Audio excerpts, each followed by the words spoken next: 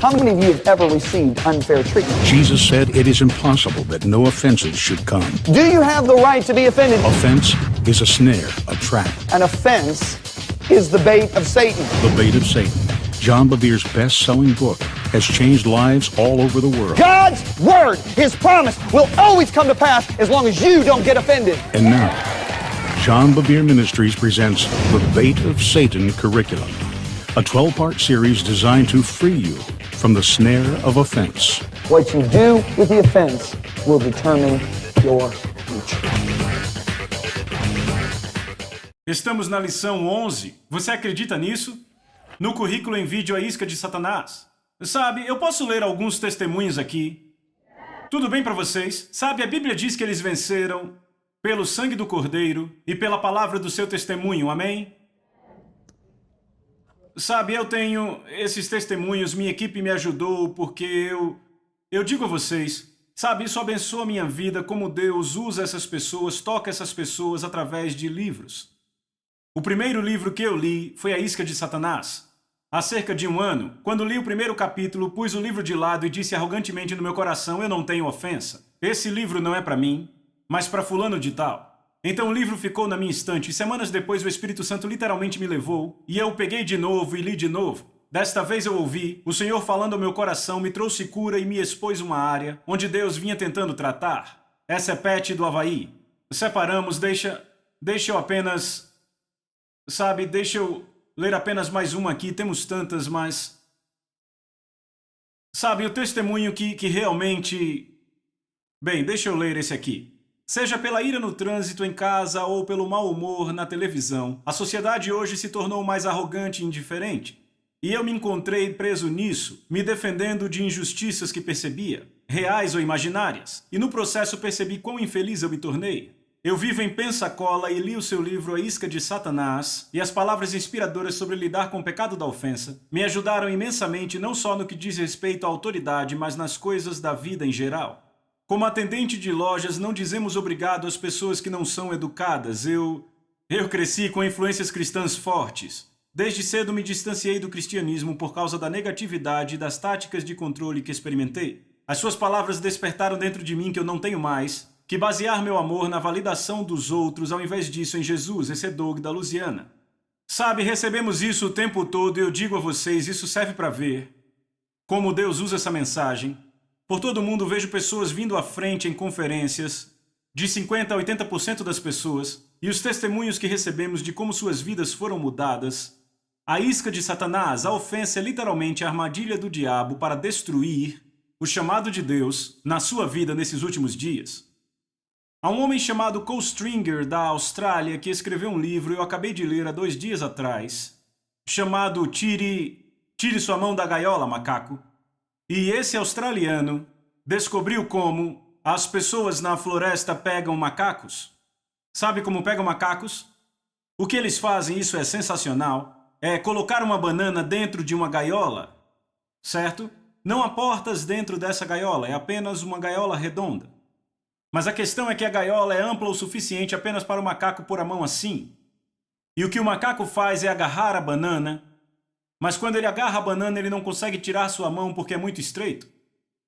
E então no que o macaco agarra todas essas bananas nas gaiolas, então vêm os caras com um taco de beisebol e começam a acertar os macacos na cabeça para matá-los, e os macacos sabem exatamente o que os caras estão fazendo. E eles andam por todo o caminho matando, simples assim, ou separando eles e prendendo se quiserem fazer outra coisa. E eles vão fazendo isso, e mesmo com os macacos observando e sabendo exatamente o que vai acontecer, eles não largam aquela banana. Essa é uma ilustração tão perfeita de alguém que se agarra à ofensa. Especialmente depois que você ouviu o que ouviu durante essas semanas, nessas lições. Você sabe das consequências, está tão claro na palavra de Deus, mas ainda assim você fica se segurando nessa ofensa. Largue isso. Tire sua mão da gaiola, macaco, é o que ele diz, certo? A ofensa é uma coisa séria, eu vou revelar de novo, é a isca de Satanás, para te pôr na armadilha dele. Lucas 17:1 diz, é impossível que as ofensas não venham. Repita, impossível. O que você faz com a ofensa é que determina seu futuro. Ou você fica mais forte ou você fica mais morto. A ofensa vem da palavra grega skandalon, uma palavra grega antiga que se refere ao gatilho da armadilha usada por caçadores para pegar pequenos animais ou pássaros. Eles colocam a isca no gatilho, o animal a pega e a gaiola ou mata ou prende, certo? Então a ofensa é a isca de Satanás para te pôr em cativeiro. Você terá a oportunidade de se ofender, mas como você lida com isso determina seu futuro. Hoje eu quero falar um pouco mais sobre o que estamos tratando. Não se deixar levar pela ofensa. Agora, quando uma pessoa se deixa levar pela ofensa, a razão para isso é que ela sente que a pessoa que a ofendeu lhe deve algo. Vocês lembram da última parábola que falamos na lição passada? Lembram do servo que não perdoou? Lembram disso? Quando seu conservo agiu errado com ele, o que ele fez o lançou na prisão, certo? Até que ele pagasse o que devia. Quando você guarda ofensa por alguém, você sente como se essa pessoa te devesse algo, houvesse uma dívida que não foi quitada. Na realidade, você está se colocando como juiz. Porque você está julgando o que lhe é devido, e na verdade a Bíblia diz que há apenas um juiz e é Deus. Quando você se agarra a essa dívida, você está se agarrando a uma vingança não cumprida. Não é verdade? Porque você quer a vingança é seu pagamento, não é verdade? Agora, a amargura não é nada mais do que vingança não cumprida. É uma ofensa que teve permissão para criar raízes no coração de alguém. Você não teve vingança, então ela cria raízes e cresce. Quando a raiz de amargura cresce no coração de alguém, a Bíblia diz que ela corrompe você.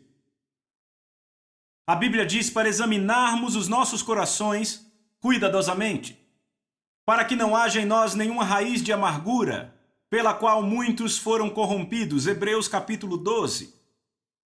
Vou dizer de novo. Devemos examinar a nós mesmos cuidadosamente. Diga cuidadosamente. Para que não haja nenhuma raiz de amargura, pela qual muitos se corromperam. Agora, uma raiz é algo que começa com uma semente. A semente é a ofensa.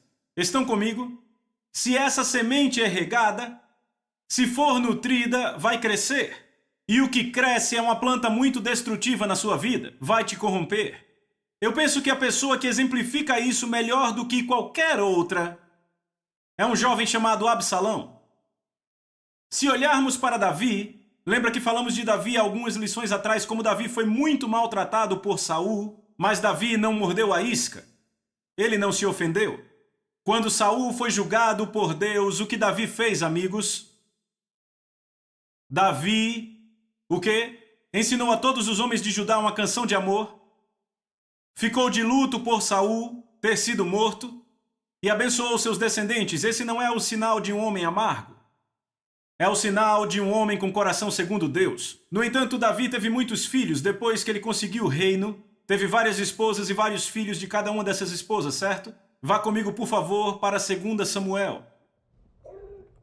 E vamos começar aqui falando de um dos seus filhos chamado Absalão. 2 Samuel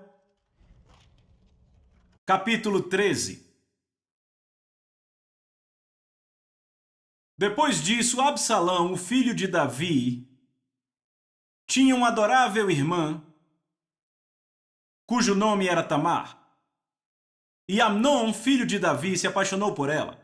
Amnon angustiou-se ao ponto de adoecer por causa da sua meia-irmã Tamar, porque era virgem. E era impróprio para Amnon fazer algo com ela. Veja, Davi tinha várias esposas, certo? Amnon foi seu primogênito de uma esposa. Absalão foi seu terceiro filho, mas ele veio de outra esposa. Então ambos tinham o mesmo pai Davi, mas mães diferentes. Absalão tinha uma irmã que era linda, certo? Tamar. Amnon, o primogênito, se apaixonou por ela. Então ele já estava perdendo peso, se apaixonou por ela tanto, mas não era apropriado, porque ela era sua meia-irmã. Então um dos sobrinhos de Davi, um homem muito maldoso, disse a Absalão: "Ei, por que você está perdendo peso? Você é um dos filhos do rei. Faça o seguinte, finja que você está doente, e quando Davi perguntar da sua doença, peça ao rei para que ele envie Tamar a preparar a comida e te servir, para você se recuperar." Então, ele dá ouvidos ao conselho de um dos sobrinhos de Davi e faz isso. Ele finge que está doente, fica deitado na cama e quando o rei chega diz: "Por favor, envie Tamar a me alimentar." Então o rei ordena que Tamar o alimente. E Tamar fez uns bolos para alimentá-lo. E Amnon mandou que todos os servos saíssem. E depois fechou a porta e força Tamar até estuprá-la. Tamar desesperadamente pede para que ele pare, que ele peça ao rei, mas ele não faz e a estupra. E depois que ele a estupra, a Bíblia diz que o ódio que ele sentia por ela foi maior do que o amor que ele sentia antes. Não é interessante? Poderíamos pregar sobre isso um pouco. E ele a deixa de lado e ela diz: agora o que você está fazendo é pior do que me estuprar. Ele não dá ouvidos a ela e a deixa de lado. Quando isso acontece a ela pega sua túnica colorida porque as filhas virgens do rei vestiam túnicas lindas. Ela rasga a túnica e põe cinza na testa. E ela foi para a casa do seu irmão, Absalão. E lá foi chorar. Agora Absalão, ao ver a sua irmã estuprada pelo seu meio-irmão Amnon, ficou furioso e odiou seu irmão. Então por 2 anos ele esperou para que Davi vingasse a sua irmã, mas Davi ficou muito magoado, se irou, mas não fez nada sobre isso. Estão comigo? O fato de Davi não ter feito nada enfureceu Absalão. E finalmente Absalão disse: o meu pai não vai fazer nada, eu farei com as minhas próprias mãos. Então Absalão organiza uma festa para os filhos do rei e contrata alguns homens e diz: quando eu der o sinal, quando Amnon estiver bêbado, vão e matem-no. Ele espera, faz isso, mata Amnon e todos os filhos fogem. Absalão foge para um lugar chamado Gessur e fica lá por 3 anos. Depois de 3 anos, Joabe diz: vejam, o rei se confortou com a morte do seu filho Amnon. Temos que trazer Absalão de volta porque ele perdeu 2 filhos, vamos trazê-lo de volta. Então Joabe vai ao rei e Joabe, através de uma mulher sábia, persuade o rei a trazer Absalão de volta. Então Absalão é trazido de volta e o rei diz: de forma nenhuma verei a face dele. Então pelos próximos 2 anos o rei Davi se recusa a ver a face de Absalão, já são 5 anos aí. Vocês têm que entender algo. Absalão teve a sua vingança com seu irmão Amnon, mas ainda estava ofendido por ele não ter feito nada. E esta ofensa esteve no coração daquele garoto por 5 anos. Estão comigo? Aquela ofensa cresceu, ela criou raízes e cresceu, e agora ela está ficando pior e pior, nunca foi tratada. Vocês não sabem quantas pessoas eu já encontrei na igreja que não trataram com certas ofensas na vida. E essas ofensas têm crescido há anos. E o mais triste disso, amigos, é que uma planta é fácil de ser retirada quando jovem, porque as raízes não estão muito fundas. Mas se você a rega por alguns anos, as raízes se aprofundam e é mais difícil de arrancá-la. É por isso que a Bíblia diz: não deixe o sol se pôr sobre a sua ira. Não queira permitir que uma semente de ofensa passe a noite germinando em você. Você não evita as ofensas, você confronta as ofensas, e vamos falar disso na próxima lição. Você tem que lidar com elas. É muito simples, é feito diante do trono de Deus, mas tem que ser tratado. Amém? Então, Absalão teve essa coisa crescendo em seu coração por 5 anos. 5 anos! Então, sabe, ele ainda está ofendido com o pai e, finalmente, Davi diz: certo, tragam ele até mim. E ele vem, Absalão se curva, beija a mão do rei e é restituído. Mas a ofensa ainda está lá. Então o que Absalão começa a fazer? Absalão começa a separar para si cavalos e homens para irem com ele, e ele fica do lado de fora do portão da cidade, e todas as pessoas que entram que têm casos para o rei ouvir, o rei muito ocupado, e Absalão começa a dizer: se eu fosse o governante de Israel, julgaria seu caso. Então a Bíblia diz que ele roubou os corações dos homens de Israel. Agora, amigos, ouçam aqui. Sabe quantas vezes isso acontece nas igrejas? Pastores auxiliares tomam ofensa do pastor presidente e nunca tratam disso, e começam a roubar o coração de homens e mulheres na igreja. E anos mais tarde há uma igreja dividida. Você não quer ser um Absalão? Porque você vai ouvir o resultado de Absalão. Sabe o que passava na cabeça de Absalão? O meu pai Ele certamente engana as pessoas. Se esconde atrás dessa adoração falsa a Jeová. A sua própria filha é estuprada e ele não faz nada sobre isso. Sabe por que ele não faz nada sobre isso? Por causa do que ele fez com a esposa do seu servo, Urias, o hitita. Estuprou a esposa dele e então ele o matou e encobriu. E Saul? Ele perdeu seu reino só porque ele poupou um rei e alguns animais. E o meu pai estupra uma mulher, ainda mata seu marido e encobre, e ele é o Senhor adorador.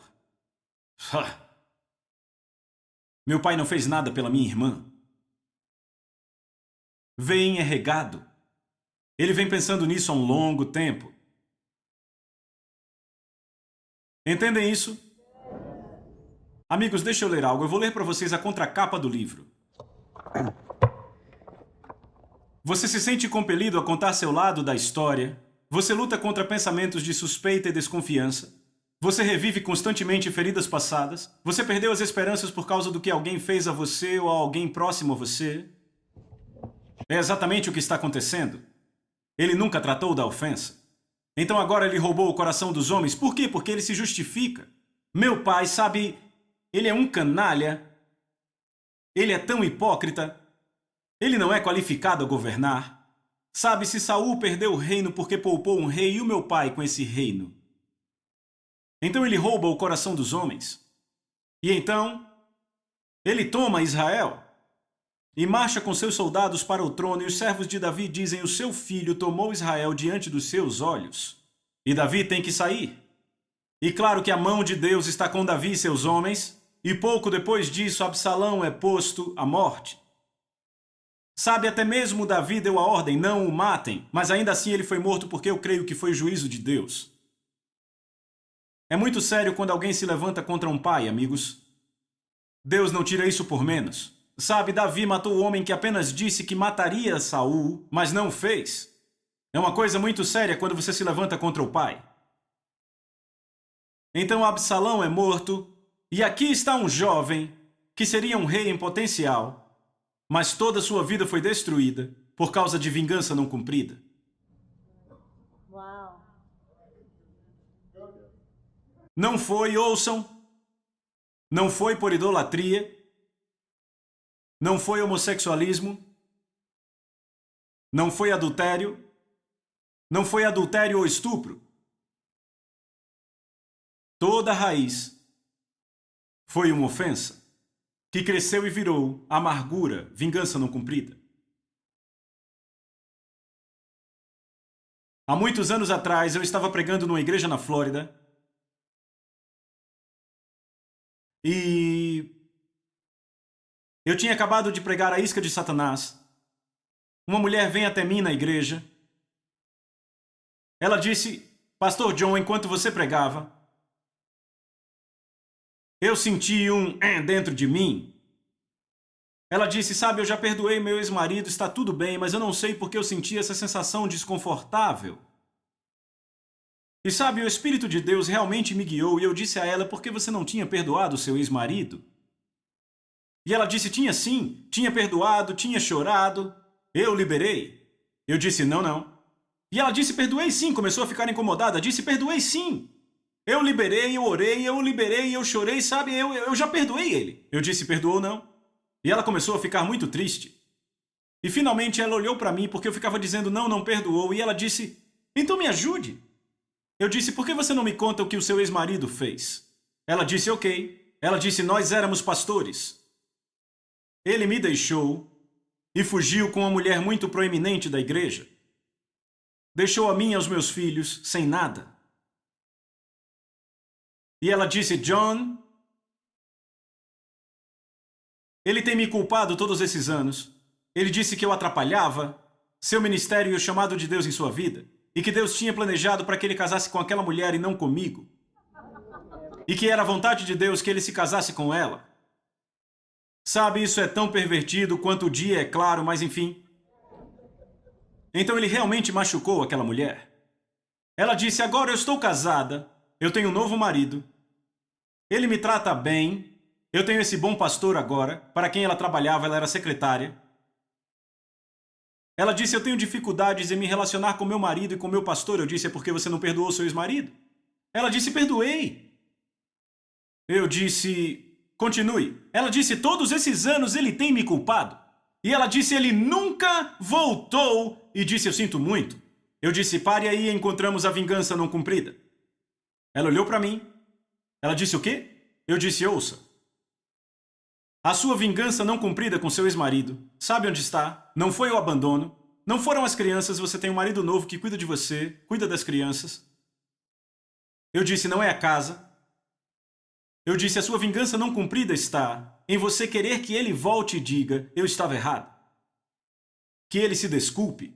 Eu disse, senhora, se Jesus esperasse que nós voltássemos para pedir desculpa, ele nunca teria nos perdoado na cruz. E ela olhou para mim e arregalou os olhos assim. Eu disse, senhora, quando ele foi pendurado na cruz, ele disse, pai, perdoa-lhes, eles não sabem o que fazem. Ele não estava falando dos soldados, não falava dos fariseus, ele estava falando da próxima geração e a próxima geração e a próxima geração, até eu e você, porque eu e você pusemos ele lá. Eu disse, ele nos perdoou, antes mesmo de dizermos, eu sinto muito. Sabe quantas vezes pessoas vêm até mim e dizem, bem, eu vou perdoá-lo quando ele vier se desculpar. Se Jesus esperasse você se desculpar para te perdoar, você já estaria no inferno. Jesus escolheu te perdoar, antes mesmo de você dizer, sinto muito. Eu disse, sua vingança não cumprida é você querer que o seu ex-marido volte e diga, eu sinto muito, eu estava errado. Eu disse, quer saber, é isso que tem te mantido cativa todos esses anos. Eu quero que vocês vejam isso mais uma vez antes de irmos para a lição final. Em Romanos 12, lemos de novo no verso 17. Não retribuam a ninguém mal por mal. Procurem fazer o que é correto aos olhos de todos. Se for possível, no que depender de vocês, vivam em paz com todos os homens. Verso 19. Amados, não procurem se vingar, mas deixem com Deus a ira, pois está escrito, minha é a vingança, eu retribuirei, diz o Senhor. Deus diz, minha é a vingança. Ele disse, não são vocês que se vingam. Por quê? Porque Ele é o juiz. Quando nós determinamos que alguém nos deve algo, nós nos colocamos no lugar do juiz. E de acordo com Tiago capítulo 4, verso 12, e Tiago capítulo 5, verso 9, eu vou ler aqui, há apenas um legislador que é poderoso para salvar e destruir. Quem é você para julgar o próximo? Irmãos, não se queixem uns dos outros. Irmãos, isso é um comando. Não se queixem uns dos outros, para que não sejam condenados. Posso ler mais uma vez? Não se queixem ou reclamem uns dos outros, para que não sejam condenados, eis que o juiz já está às portas. Amigos, Deus é o justo juiz. Ele vai aplicar o julgamento correto, amém? Ele vai retribuir de acordo com a justiça, amigos. Agora ouçam, se alguém agiu errado e genuinamente se arrependeu, isso quer dizer o quê? Que Jesus vai liberá-lo. Mas alguém vai dizer, sim, mas o que ele fez foi contra mim. Não contra Jesus. Mas você tem que lembrar o que você fez contra Jesus. Estão comigo? Mas ele escolheu liberalmente perdoar, quando você e eu não merecíamos. Sabe, se você quer saber a verdade, estamos falando do próprio fundamento do Calvário. Isso é cristianismo. É quando você libera alguém que não merece ser liberado. É por isso que Jesus vem e diz, ei, eu quero mudar sua forma de pensar. Você sabe o que a palavra santidade realmente quer dizer? Sabe o que quer dizer santidade? Santidade é do hebraico kadosh, que simplesmente quer dizer no sentido puro um corte por cima. Repitam, corte por cima. Sabem, antigamente, se você lembrar, você entrava em lojas de roupas e você encontrava tecidos medianos, tecidos bons, tecidos muito bons, e tinha esse tecido que estava acima de todos, certo? Certo? Quando Deus diz, sede santos porque eu sou santo, o que Ele está falando? Ele está falando do seu relacionamento com a sua criação. como ele nivelou a sua criação por cima. Então ele diz, sede santos como eu sou santo. Ele está dizendo, eu não penso como você. Eu não falo como você. Meus caminhos não são como seus caminhos. Subam ao meu nível de vida.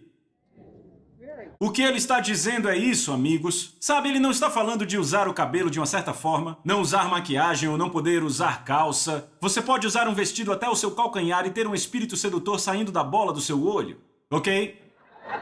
Amém? O que ele está dizendo é isso. Por que você quer ficar andando com as galinhas no celeiro quando eu te chamei para ser uma águia? Eu quero que você veja como eu vejo, fale como eu falo, pense como eu penso. É por isso que Jesus chega em Mateus capítulo 5, do verso 38 ao 42, e ele diz, vocês ouviram o que foi dito? Olho por olho e dente por dente, isso é vingança. Ele diz, mas eu digo, e aí vem o nível mais alto de pensamento, certo? Mas eu digo, para não resistirem à pessoa má, Deus resistiu a você antes de você ser salvo? Ei, eu fiz uma pergunta, cadê a resposta?